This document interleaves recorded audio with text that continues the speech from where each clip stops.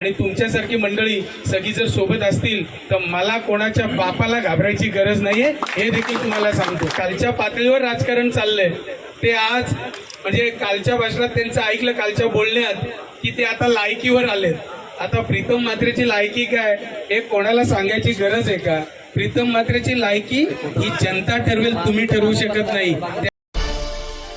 महाराष्ट्र, मुंबई, ठाणे, रायगड, पनवेल, नवी मुंबई परिसरातील वस्तुस्थिती दर्शक घडामोडींचा वेध घेणारे लाईव्ह महाराष्ट्र 9। शेतकरी कामगार पक्षाचा लाल बावटे की जय। तर जवळजवळ 5 वर्षामध्ये आमचा खूप गॅप पडला होता, परंतु आणि मागच्या आम्हाला फक्त एकच मत करावं होता, त्याच्यामुळे आम्ही संघ बांधलेला आहे। आणि प्रीतमदादांचं नाव जेव्हा समजलं तेव्हा धारापूरचे जेवढे युवक आहेत त्यांनी आम्हाला भेटून सांगितलं, आता ही मला तर चौथा प्रवेश आहे जवळजवळ। आणि यामध्ये सर्व युवक जे बोलले की भाजपचा बालदी नको आणि आम्हाला माझी आमदारी नको, आमचा विश्वास होता प्रीतमदादांचा। प्रीतमदादांनी त्यांचं काहीही तेव्हा संबंध नसताना कोरोना कालामध्ये धान्य वाटप केलं, ते दिवाळीला मिठाई वाटप केली, ती काही जाणीव ठेवली की ह्या माणसाकडे काही नसताना जर 2-2 वेळेला माझ्याकडे येऊन गेले आणि मागे निवडून दिलेले आमदार मात्र 5 वर्षात बघायलाही गेले नाही।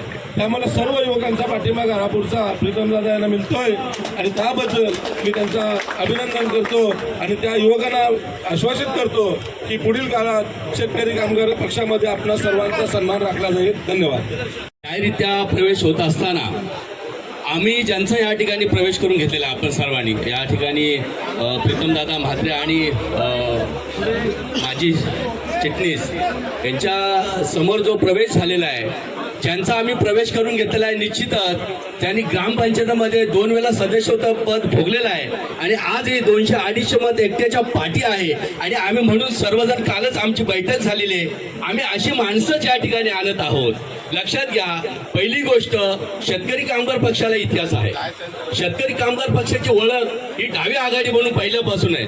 शेतकरी कामगार पक्ष म्हणजे आप्पासाहेब नारायण नागू पाटील यांच्यापासून या पक्षाला इतिहास आहे आणि या पक्षाचा इतिहास तुम्हाला आम्हाला सर्वांना माहीत असताना सुद्धा ज्यावेळी आमचे प्रीतमदादा म्हात्रे एक वक्तव्य केलेलं आहे, त्या दिवशी फॉर्म भरेन, नीट ऐका सगळ्यांनी, हा व्हायरल होतोय विषय आणि फार महत्वाचा आहे। आकडा दिलाय 3, त्यांनी आकडा दिलाय 3 आणि आकडा हा भारताच्या इतिहासामध्ये फार महत्वाचा आहे आणि घातक आहे।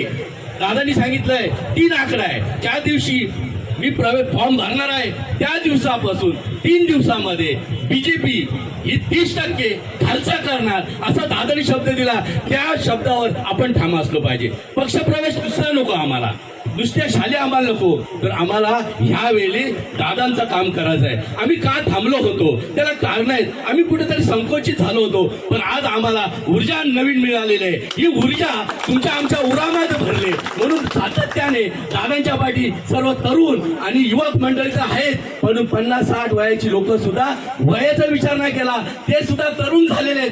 का तरुण झालेले आहेत तर असं नेतृत्व आम्हाला मिळत नव्हता, आज नेतृत्व आम्हाला मिळाले ना, मग आम्ही खंबीरपणे दादा शब्द देतो की तुम्हाला भरगच्च मतांनी निवडून आणल्याशिवाय आम्ही स्वस्त बसणार नाही, आम्ही बदला घेणार आहोत। मी कोणता बदला या ठिकाणी सांगणार नाही, पण निश्चितच दादा तुम्हाला भरगचून या भरभरून तुम्हाला शुभेच्छा तर मिळणार, पण मी या ठिकाणी तुम्हाला दावा करून सांगतो आमच्या चावडे विभागामधून भरभरून तुम्हाला मतदान देण्याचा आम्ही प्रयत्नात नाही। भारतीय जनता पार्टीमधून जो ओघ चालू आहे, मला वाटतं मी 2 दिवसापूर्वी बोललो साहेब, कालचा प्रवेश आजचा प्रवेश म्हणजे 2 दिवस तर चुकले नाही। मला वाटतं उद्याला काहीतरी हॅट्रिक होणार की पुन्हा एकदा 3 आकडा हा साध्य कुठेतरी होईल असं मला वाटतंय।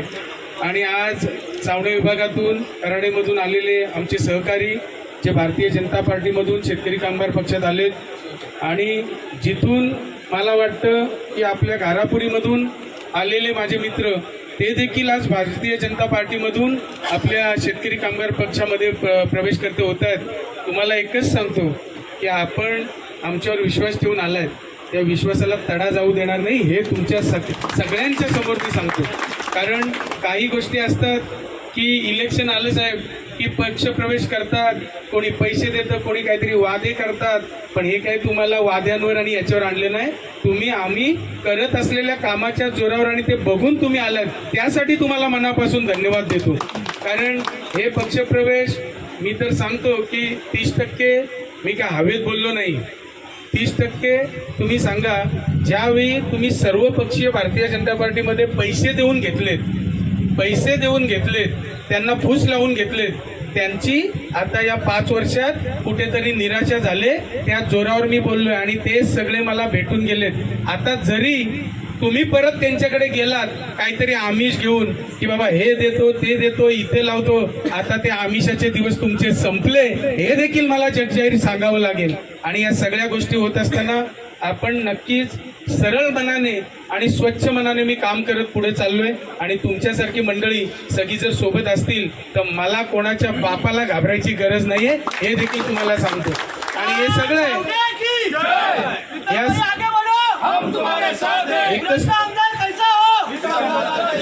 तुम्हाला एकच सांगतो की काही गोष्टी असतात, आता जे बोललो त्याच्यानंतर ते रिॲक्ट करतात. मी काही कोणाला नाव घेऊन मोठं करायला मागत नाही, परंतु आज ते खालच्या पातळीवर राजकारण चाललंय. ते आज म्हणजे कालच्या भाषणात त्यांचं ऐकलं, कालच्या बोलण्यात, की ते आता लायकीवर आलेत. आता प्रीतम म्हात्रेची लायकी काय हे कोणाला सांगायची गरज आहे का? प्रीतम म्हात्रेची लायकी ही जनता ठरवेल, तुम्ही ठरवू शकत नाही. त्या जनतेने ज्यावेळी मला जो निर्देश दिलाय, संदेश दिलाय, आणि त्यांच्या म्हणण्यावर मी जे पुढे चाललोय, पैशाच्या म्हणण्यावर नाही, त्यांच्या म्हणण्यावर पुढे चाललोय, त्याचं हे झोतक उदाहरण आज तुमच्या पुढे दिसतंय. आज इथे बोलले आमचे सहकारी, बोलले ते मनातून बोललेत, त्यांना काय तयार करून आणले नाहीयेत, त्यांच्या मनातल्या भावना त्यांनी व्यक्त केल्यात. त्यामुळे हे प्रवेश, नाहीतर काय असतं, काही जण छुपा प्रवेश करतात आणि मग काहीतरी काम साधून घेतात 30 दिवस आणि मग पुन्हा त्यांना हे करतात. आपण त्यातले नाही, तुम्ही मनाने आलाय. त्यामुळे तुमचं मन आता कोणी किती विरोधक असले तरी ते वळवू शकत नाही. कारण तुमच्यावर जो तुम्ही माझ्यावर विश्वास टाकलाय, त्या विश्वासाला मी तडा जाऊ देणार नाही. पहिले सांगितलंय, पक्षामध्ये तुम्हाला मानाने सन्मानानेच वागवलं जाईल. तुम्हाला हे देखील सांगितलं. आज बऱ्याच ठिकाणी शेतकरी कामगार पक्षातच 2-3 फळ्या निर्माण झाल्यात, पण ते प्रेमापोटी झालेत. त्याचं ज्योतक उदाहरण मी 2-3 गावांचे आहेत, मी नाव घेत नाही, परंतु त्यांना सांगितलं की ते कुठल्या पक्षात गेले नाही, ते पक्षाशी एकनिष्ठ आहेत. परंतु काही गोष्टी अशा होतात, एकेका गावात 80-90% शेतकरी कामगार पक्ष आता पुन्हा नव्याने जागरूक झालाय, तर तिथे काही आमच्या सहकाऱ्यांकडून कळवायला, फोन करायला प्रॉब्लेम होता. ते उघड सांगतो, तीच त्यांची अपेक्षा आहे, त्यांना बाकी काही नकोय. आणि जे 2 दिवसापूर्वी झाले त्याची पुनरावृत्ती करतो की सोनारी गावामधले जे आपल्या पक्षामध्ये प्रवेश करते झाले, त्यांना गायकरजी महेश बालदींनी पुन्हा 2 जणांना बोलवलं आणि त्यांना नोकरीवरून काढून टाकलं. म्हणजे तुम्ही पैसे घेऊन नोकरीला लावले, त्यांच्या पोटावर पाय दिलं, आणि पुन्हा आज प्रीतम म्हात्रे शेतकरी कामगार पक्षाचा कार्यकर्ता काय करतोय, त्यांना पुन्हा एकदा त्यांच्या घराला आधार देण्यासाठी त्यांना सांगितलंय, जेवढे तुम्हाला काढतील तेवढे प्रीतम म्हात्रे लगेच नोकरीला लावेल, हे देखील मी त्यांना सांगितलं, ठणकावून सांगितलं. आणि मी बोलत नाही, मी करून दाखवणारा मुलगा आहे, शेतकरी कामगार पक्षाचा कार्यकर्ता आहे. त्यामुळे तुमच्यात किती दम आहे तेवढे काढा, आणि आमच्यात जेवढं दम आहे त्याच्या 1 पाऊल पुढे जाऊन त्याच्यापेक्षा 1 जण तरी नक्की जास्त लावेन, हे देखील मी सर्वांच्या समोर जगजाहीर सांगतो. तुम्हाला पुन्हा एकदा सांगतो, तरुणांना विनंती करतो, अतिशय शांतपणे, नम्रपणे आपण सगळ्यांनी काम करा. कारण ते जे यंत्रणेचा वापर करून प्रेशराईज सगळ्यांना करतायत, तुम्हाला माहिती आहे किती आमदार साहेबांवर काय काय पराक्रम केले, आज भाऊंवर करतायत. त्यांना करायचं ते करू द्या. आमदार साहेबांनी तर करून दाखवलं, 3.5 वर्ष आतमध्ये टाकलं, परंतु एक्स्ट्रा प्रॉपर्टी कशी ठेवून लोकांचे पैसे व्याजासहित परत दिलं. त्याच्यामुळे आता तुमच्याकडे काही विषय राहिले नाही, राहिले असतील ते पण तुम्ही सांगा, आम्ही त्याला तयार आहोत, एवढंच तुम्हाला सांगतो. आणि पुन्हा एकदा या तरुण सहकाऱ्यांचं तुम्ही सगळेजण आज आमच्यावर विश्वास ठेवून आलात, मनापासून स्वागत करतो आणि इथेच थांबतो. जय हिंद, जय महाराष्ट्र.